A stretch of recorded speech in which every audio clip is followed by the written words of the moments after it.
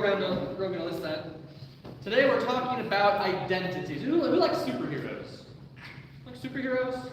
You okay with them? Well, all superheroes, they wear a mask. And why do they do that? Why do they wear a mask? Yeah, because they want to have a secret identity. And an identity is, what is identity? Do you guys know? What do you think, Ryder? What you look like might be a part of it, yeah? Yeah, who you are. Your identity is who you are. And so we all have an identity. And so, one of the identities I have is I'm a husband. I'm married to my wife, so that's an identity. One of my identities is about to be a father. That one was scary, but also exciting. So we have a lot of different identities. So I'm curious, we're going to write some on here. So what's an identity that one of you has? An identity.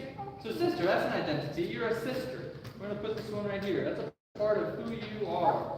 So we're at sister on this one. What's another one?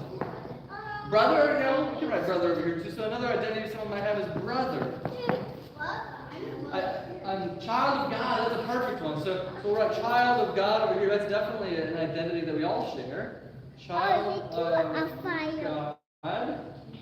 And we're a friend. That's another great one. So you can be a friend to people. That's another identity that we have. Or even something that could be identity is like a soccer player. That could be part of your identity. I was a soccer player growing up, and I think that's a part of who I am. So for each one of these, I'm going to fill a little bit of water here. So for sister, how important is being a sister? Pretty good. So we'll put some water. That's not some hesitancy, so just a little bit of water. For brothers, so several of you are brothers. Is that a big part of your identity, or is that? You're hearing mixed results. So we'll put some in there for brother. And friend, how big a part of identity is that? So we have a lot of friends. So we'll put a good in here. And yeah, for child of God, since child of God is such a big part of who we are, we're going to fill this one all the way to the brim, all right? So there's something else, another word I'm curious you guys know about. Have you guys ever heard of self-esteem or self-worth? Have you heard that before? So it's kind of just like, when I talk about having self-esteem, it's like what you put value in to make you think that you're good, essentially. So for sister, if I put my self-esteem in, we'll pick friend over here. So if I was to pick, put my self-esteem, my self-worth into being a friend, and put that my identity and self-worth into that, then what happens if I'm no longer friends with somebody? You know what happens? Life happens, it shakes things up. Life shakes things up, and if things get rough, then we might lose that friend. We might lose that friendship, and we've lost that part of our identity. Or what if you start fighting with your brother and sister, right? Well, just like when you fight with your brother and sister, you must have passion, and you might lose that part of your identity, right? And look, you mentioned before, we made a pretty big mess here.